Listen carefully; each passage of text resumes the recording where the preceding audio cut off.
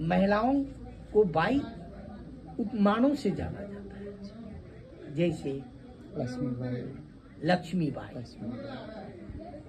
जैसे मीराबाई, जैसे तुलसीदास की माता तुलसीबाई, जैसे जोधाबाई, जैसे जोधाबाई, अहिल्याबाई, ग्वालियर घराने की महारानी। ये सारे के सारे उत्तर और पश्चिम भारत के महिलाओं के साथ बाई शब्द जुड़ा हुआ है। जैसे गुजरात से महात्मा गांधी आ रहे हैं, उनकी पत्नी का नाम पुतली बाई, माँ का नाम पुतली बाई और पत्नी का नाम कस्तूरबाई। मैंने गांधी एक था मोहन, उसमें पढ़ा था। उनका वास्तविक नाम है कस्तूर। जी सर, महात्मा गांधी की माता का वास्तविक नाम है कस्तूर। बराबर प्यार से गांधी जी अपनी पत्नी को कस्तूर कहती थी। कस्तूर से ही कस्तूरी बना है, और वह कस्तूरी जो मिल्क की नाभि में होता है और वह सुगंध युक्त होती है।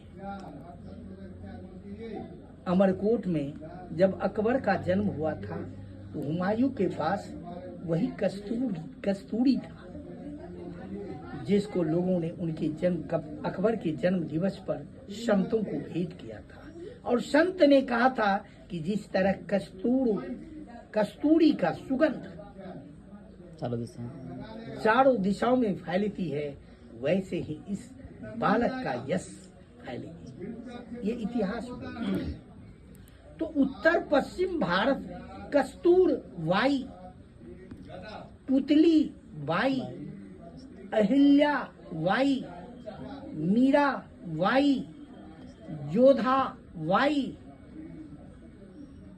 लक्ष्मी बाई, जितना भी शब्द आया है, तो हमको अच्छा लगता है। भौगोलिक बंटवारा करते हैं तो उत्तर पश्चिम भारत में महिलाओं के साथ 22 शब्द जुड़ा हुआ है। और सहजो बाई तो उच्च जाति में जन्म लिया था और चरणदास जी को उन्होंने दीक्षा गुरु के रूप में कबूल किया था। चरणदास जी ज्ञानमार्गी शाखा के संत थे।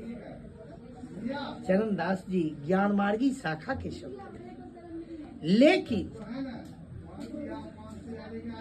सहजोबाई की पंक्ति ज्ञान मार्ग और शगुन मार्ग दोनों का मिश्रण है। जैसा कि मैंने आपको बताया कि प्रयागराज के समान है, और जिस संगम बिंदु पर खड़ी होकर सहजोबाई गुरु की महिमा का बखान। यह सही है कि उनका कर्म क्षेत्र परीक्षितपुरा था, जो दिल्ली में पड़ता है।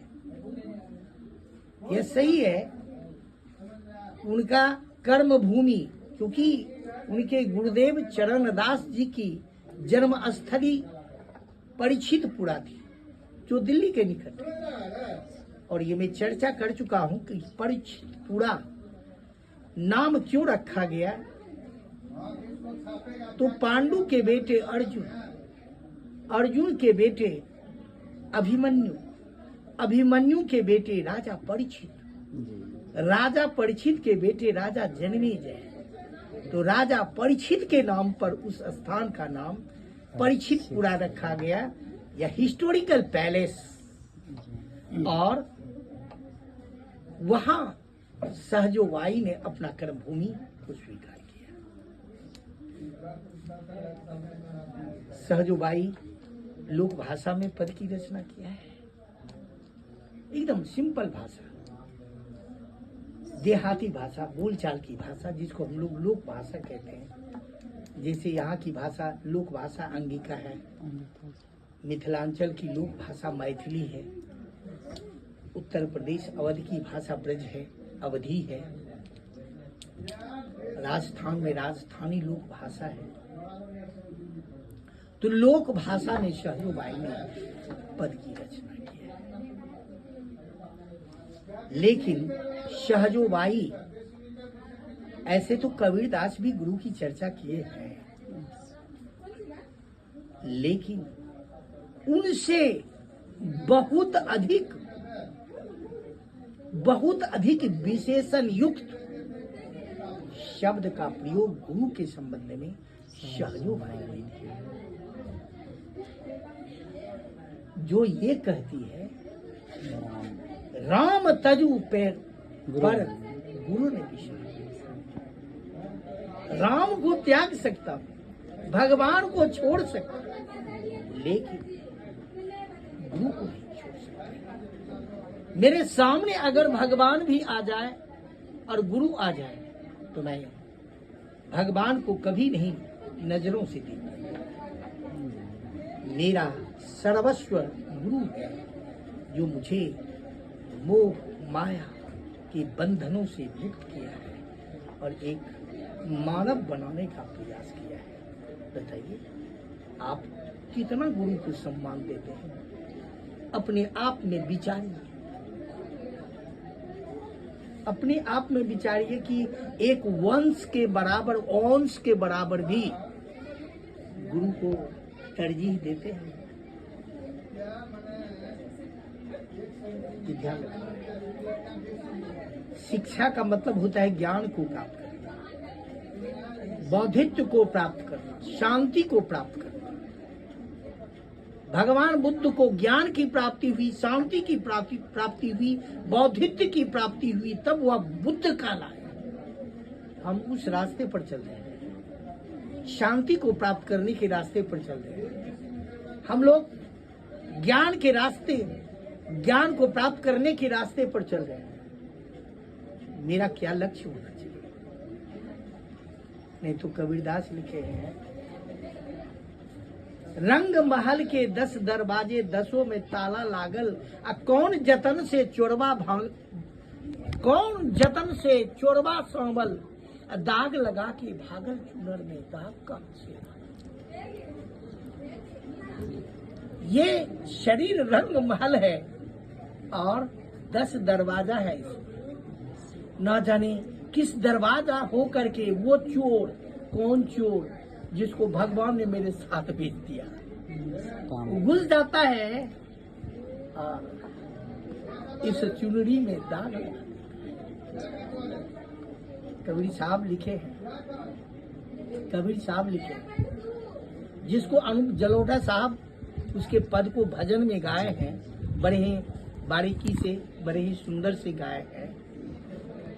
दाग दाग कहां से लागल चुनर में, दाग कहां से लागल, दाग कहां से लागल चुनर में, दाग कहां से लागल। और एक और पद आप सुने होंगे जिसको जलोटा साहब ने बड़े बारीकी से सजाया है, क्योंकि वो भजन सम्राट थे, बड़ी बारीकी से सजाया है। बेटे, ये हे हरिहर मैं हार के आया, अब क्या हार चढ़ाऊं, बड़ी रूपक अलंकार में सजाया है। मैली चादर ओढ़ के आए, मैली चादर ओढ़ के द्वार तुम्हारे आओ। समझ रहे हैं? ये चादर को मैला कर देता है वही पांचों चोर। मेरा कर्तव्य बनता है कि भगवान जिस तरह पवित्र काया बनाकर इस जिंदगी के चुनरी को सजा कर भेजा है, मेरा कर्तव्य बनता है उतना ही पवित्रता से उसे वापस कर देना। ये हिंदी साहित्य में संतों की आवाज है, ये संतों की आवाज है बेटे, इसको समझना पड़ेगा। साहित्य एक ऐसी विधा है जिसमें संतों की वाणी छुपी हुई। हमारी साहित्य अकादमी, हमारी सरकार, बिहार सरकार, भारत सरकार, चाहे जिस संस्था से हो, बीटीसी का हो या एनसीईआरटी का हो, सबों ने साहित्य में संतों की योगदान की चर्चा की। क्या जरूरी था ये समसामयिक साहित्य पद को रखना चाहिए, लेकिन संतों की वाणी को रखने का मतलब होता है तुलसी संत सुअब तरु फूल फल ही पर हेत, जितते हुए पाहन हने उतते हुए फल देते।